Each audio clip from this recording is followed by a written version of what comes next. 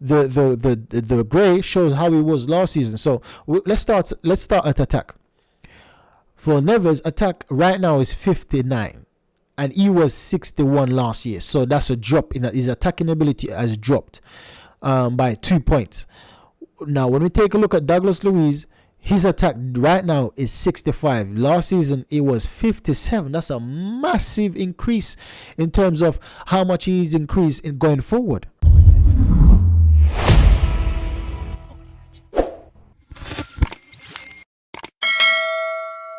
So right now, Arsenal's been linked with 3 centre midfielders, and we're going to do some comparison between the 3 players. So in this video, the video that I'll be doing today, we're going to do a comparison on the stats of all these 3 players. And the 3 players are Ruben Neves, we've got Douglas Luiz, and then we've got Martin Zubimendi. So we're going to do analysis on all these 3 players. Today we're going to check out the stats, and tomorrow we're going to take a look on the eye test. We're going to see the eye test, what player better suits us. And this is it, that sometimes it's not just about the better player in terms of who's the most eye-catching. We have to do a full assessment to see if they will fit into our team, right? We have to do the full assessment to say that, is this the kind of player that will make us better? Is this the kind of player that Arteta needs in his system? So we could get the best players in the world, but if Arteta have a specific system and that player don't suit his system, then it wouldn't make us any better. I don't believe, because then Arteta might be playing him out of position and so on and so on. So we have to look at the right player with the right capabilities that Mikel Arteta can utilize. By the way, I can see that YouTube is messing about in terms of my analytics, and it's not just me. There's a few channels out there that YouTube basically is not doing the correct sequence in terms of analytics. On my video, I see my videos are getting suggested to people who watches Andrew Tate, and I'm thinking, what? This is a football channel, like why do you, no wonder why it's not growing as fast as it should be, right? And things like that. So when I check the analytics, I can see that. So if you're commenting and I'm not replying, it's because I can't see it. Even the like buttons, I know people are seeing the like buttons and it's not showing. So YouTube, I don't know what's going on with YouTube algorithm, and I can see for a fact that most of my videos are getting suggested to some cooking channel, people that watching cooking programs, and all these different genres, different things that hasn't got nothing to do with football. So hopefully YouTube will fix this, and we'll be back on track in terms of the progression of this channel, because obviously the more you watch, the more you subscribe, the more you like, the more you comment, is the more I will get suggested to people that love this type of content, and then obviously the growth of the channel improve. So we're going to get straight into it right now. So if you take a look on all these heat maps, you can see that they look similar. They look very similar. Ruben Neves, you can see that is in the defensive half, you can see there's more red there. You can see that he takes corners because there's spots on the corner flags for the opposition in the opposition half. So you can see that with Ruben Neves, he's more of a defensive type player. And these are stats from last season. So you can see with Ruben Neves, he goes past the halfway line on the right hand side more than on the left hand side. So he's more of a defensive minded midfielder. But when he attacks more on the right than on the left. When we take a look at Douglas Luiz, is very similar to Ruben Neves. He plays a lot in the defensive part of the pitch, but when he's attacking, he attacks down the left more than the right, because you can see based off the areas that are mostly red, it's mostly on the left hand side, while Ruben Neves is mostly on the right hand side. Now when you take a look at Zubimendi is the same thing in terms of defensive play. Douglas Luiz is more of a 50-50 between attack and defense, and you can see that based off the heat map. With Zubimendi, it's more like a 70 to 30%, 70% defending, 30% attacking. With Ruben Neves, it's a similar thing, whereas I think Ruben Neves is about 60. Yeah, with Ruben Neves, I think it's the same as Zubimendi, 70% defending, 30% attacking. So these are the stats, but with Zubimendi, we can see that he attacks both on the left and on the right. So that's one up for Zubimendi in terms of we can utilize him more. So just for context, Zubimendi is 24, Douglas Luiz is 25, and Ruben Neves is 26. So they're basically 1 year apart from each other.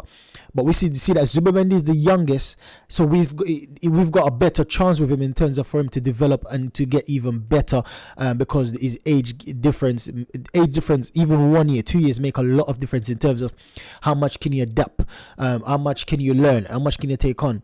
So and the fact that he can grow into a better player. So Zubimendi for me would be able to play both sides as well as defend a lot.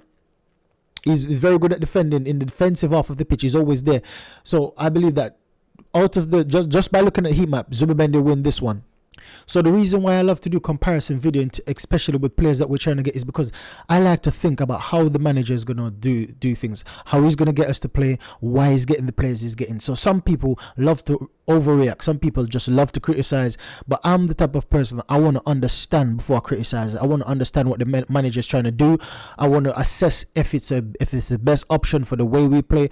So I'm not saying I know more than Arteta, don't get me wrong, but I love to understand, because this is for me. The more we understand is the less we criticize. Is the less we feel like we have no clue what's going on. So we have to start analyzing what the manager does in terms of the way we're playing right now. That's why I have no qualms about the way we're playing, because I understand that we're playing with control. And I understand that from the first minute of the season. I criticize Saka and I criticize some players because I believe that they are lower standard than where they were last season, but I've never criticized the manager because I understood the assignment. Now, it's the same thing with Kai Havertz. I've not criticized Kai Havertz because I see why we brought him in, and it's because I've done these analysis in terms of why are we getting him. Now, as well, I said in previous video that some people believe that we're getting Kai Havertz because we're trying to replace him with Xhaka in terms, as well as being that attacking threat to go forward and get more goals. But for me, I believe that Arteta is trying to polish his defensive game. And for me, he's one of the most intelligent players in the team at drawing fouls. It's similar to Jorginho in terms of intelligence. Most people won't see this, but in terms of the being gritty, getting stuck in, he's one of the most intelligent players at doing that without getting noticed. For the last few matches, he's been noticed because he's been going to the extremes, like doing 2-footing challenge, showing studs and things like that. But if he was not making challenges like these, he will continue to go under the radar. So once again, Ruben Neves played 37 matches last season, started 33. He was in the team of the week 3 times. Now, Douglas Luiz, similar, 35 matches, started 33, and team of the week 2 times. Zubimendi, 36 matches, started 35, and was in the team of the week twice. So we see that so far, Ruben Neves is winning on this slide. So based off team of the week, just team of the week alone, Ruben Neves won on this slide. So for me, the first slide, Zubimendi won. The second side, Ruben Neves won. And for me, Ruben Neves and Douglas Luiz is more, I would say it's more of a difficult feat to get into the Premier League team of the week, because obviously there's the best players are in the Premier League right now, not in the La Liga. So in terms of that, I would definitely give it to Luiz. So on this slide, we can see that both Neves and Douglas Luiz scored 6 goals, but Zubimendi scored 1. But when you check out the XG, there's 5. The XG for Neves is 5, and the XG for Douglas Luiz is 2. Now, XG for Zubimendi is 1.9. So, and when you come down to, let's focus on Zubimendi for now, because we're just going to X him out. Zubimendi right now. Zubimendi's big chances are 2. Zubimendi had 2 big chances, and the rest of players, the other 2 players, had 0 missed big chances. And goal conversion, Zubimendi had an 8%. Now, that's it for Zubimendi. He had 1 goal. Basically, the goal that he scored is inside the box. So that's it for Zubimendi. Let's forget about Zubimendi. Let's just focus on Douglas Luiz and Neves right now. So when you check out the XG, as what I said, that Neves has a 5 and Luiz has a 2.8.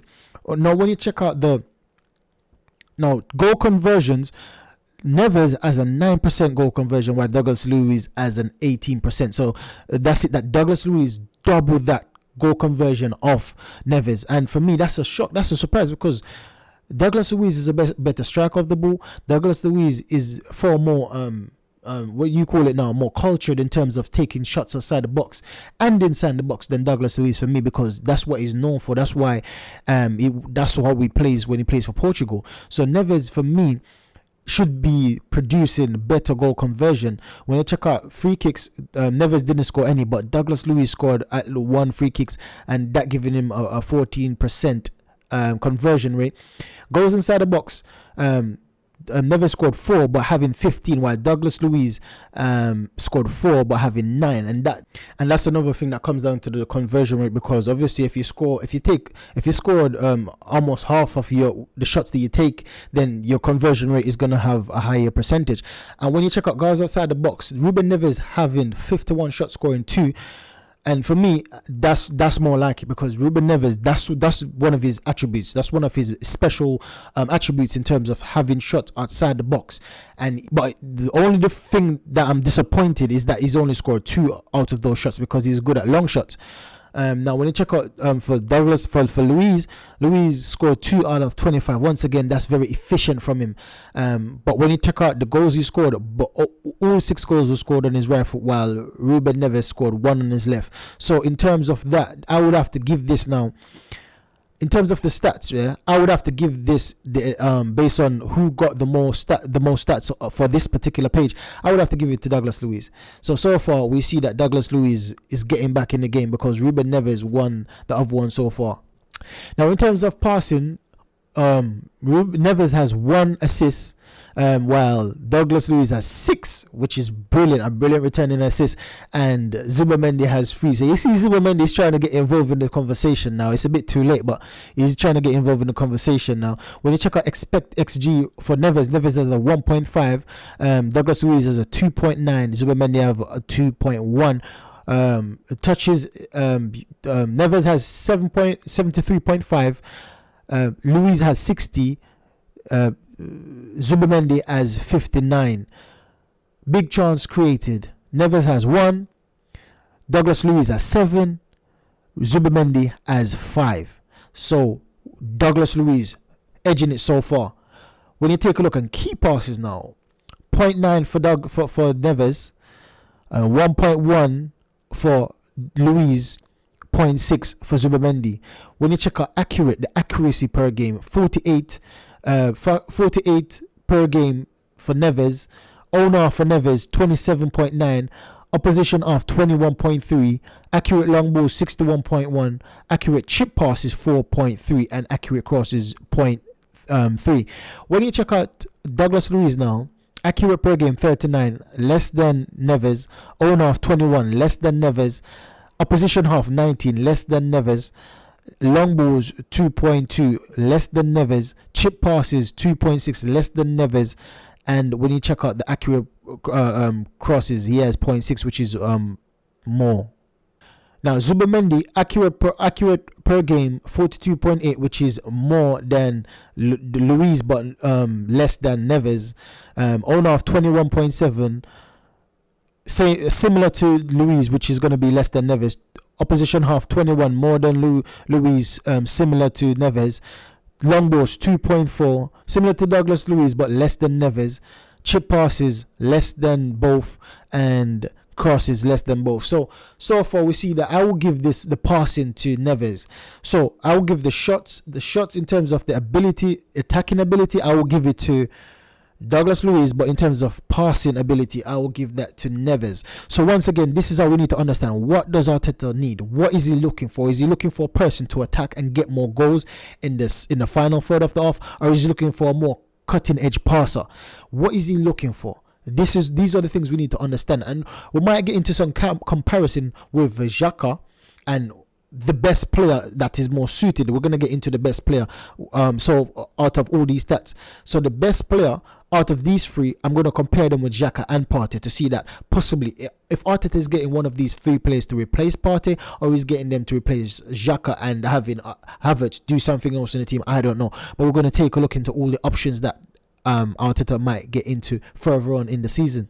So now we get into the defending. We're going to start off with Neves. Interception per game 1.4, tackles per game 2.3, possession 1.5, dribbles pass per game 1.2, created chances, clearance per game 2.3, error leading to shots 1, and penalties committed 1. So that's Ruben Neves' stat. Now let's get into Douglas Luiz, which is interception 1.1, less than Neves. Tackles per game 2, less than Neves. Possession 1.5, which is the same as Neves. Dribble pass per game 0.9, less than Neves. Clearance per game 0.6, less than Neves. So, and he and he also had one error leading to a shot under a goal.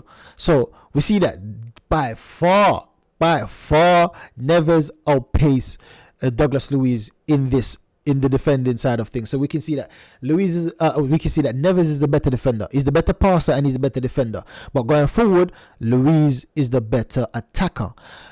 We're going to take a look at Zubimendi, because to be fair, I think that we should just forget about Zubimendi. For me, I don't want Zubimendi. If we're a stat person, Zubimendi don't match up comparing to these two players in terms of stats. So yeah, interception 1, which is less than both players. Tackles per game 1.6, which is less than both players. Possession 1, the same as all the other two. Dribble pass per game 0.6. Clearance per game 1.4. Shots, error leading to shots 3, which is a lot more than the other two. And then when you check out penalties committed, is the same as Neves, which is 1. Douglas Luiz not committing any penalties. But if I will have to understand with Neves, even with that, because if he's a more of a defensive player, obviously you're more likely to give away a penalty than a player that's not as defensive as you are, or will be in that position to defend the goal as much as you. So far, Neves is winning by a country mile. So successful dribbles, Neves has a 0.5, which is a 68%. Total duels 1, Neves 4. Ground duels 1, 3.3. Aerial duels 0.7. Possession loss 12 times. He's committed 1.1 foul and average per match, and he was fouled 0.5 times. He has 12 yellow cards. Now let's just get straight into Douglas Luiz, having a 0.6 successful dribble rate at a 62%. Now, so obviously he had more successful dribble than Neves. Total duels 4.4, has more duels than Neves, showing that he's a more aggressive player. Ground duels 3.8, more than Neves. Aerial duels 0.7, same as Neves. And I believe that Neves should win more duels because he's a taller player. Douglas Luiz is a shorter player, so aerial duels, Neves should have been coming out on top with that one, but he didn't. Possession loss, he only lost possession 10.9 times on average per game, so that's less than Neves. So we can clearly, confidently see so far that Douglas Luiz take this slide. The winner for this slide is Douglas Luiz. Just take a look at Zubimendi just for comparison's sake. Successful dribble 0.3, less than all two. Total duels 4.4, which is the same as Douglas, more than same as Douglas, more than Neves. Ground duels 2.8, less than all two. Aerial duels 1.6, which is more than the rest of them, so that's good for Zubimendi. At least is better in the air than these two. Possession loss 8.8, which is another good stat that he can keep the ball. He doesn't give away possession easily. And fouls 1.4 and 12 yellow cards. So, and when we check out the yellow cards for Douglas Luiz, he only has 6, which is half than the other two, but he's got a red card, and the other two didn't have a red card last season. So I would say I would give this slide to, this one is a tricky one. But I would give this slide to Douglas Luiz. I would mostly give it to Douglas Luiz.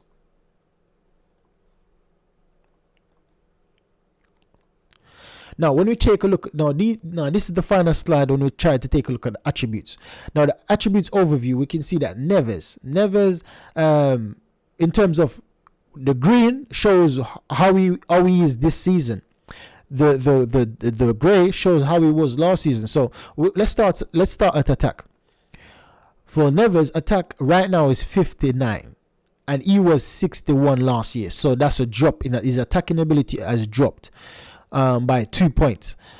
Now, when we take a look at Douglas Luiz, his attack right now is 65. Last season, it was 57. That's a massive increase in terms of how much he's increased in going forward, right? That's a massive, 8 points increase comparing to Neves going backwards. When you take a look at Zubimendi, is the same as last season in terms of attacking. Now, creativity for Neves is at 66 right now. Last season, it was at 67. Once again, a drop for Neves. Douglas Luiz is at a 70 right now. Last season, it was at 64. A massive rise, a 6-point rise right there for Douglas Luiz. When you take a look on Zubimendi, 58 now. 56 last season, only 2 points. And to be honest, I don't even want to talk about zubimendi right now. I'm just going to start focusing on Douglas Luiz and Neves. So when you take a look at the defending of Neves now, he's at a 55. Last season it was at a 60, so a drop in defensive ability as well. Douglas Luiz is at 51 right now. Last year it was at 59 or 49, sorry. So that's another increase. When you take a Neves' tactical ability, right now is at 65. Last season it was at 72, a drop again. Now some people might say it's because he's joined the Saudi league, but for me, if you're a good player, no matter where you go, you'll still get these basic numbers. It doesn't have to do with the opponents, so you should be having better numbers by playing with a lesser opponent, as some might say. So there's no excuse for these kind of performances in terms of the drop for his personal performance, for his personal level. So we see that right now he's at 65 tactically, and he dropped to a 70. He was at a 72. He dropped right now is to a 65. Douglas Luiz is at 55 right now. Last season it was at 57. So that's the first drop we see for Douglas Luiz.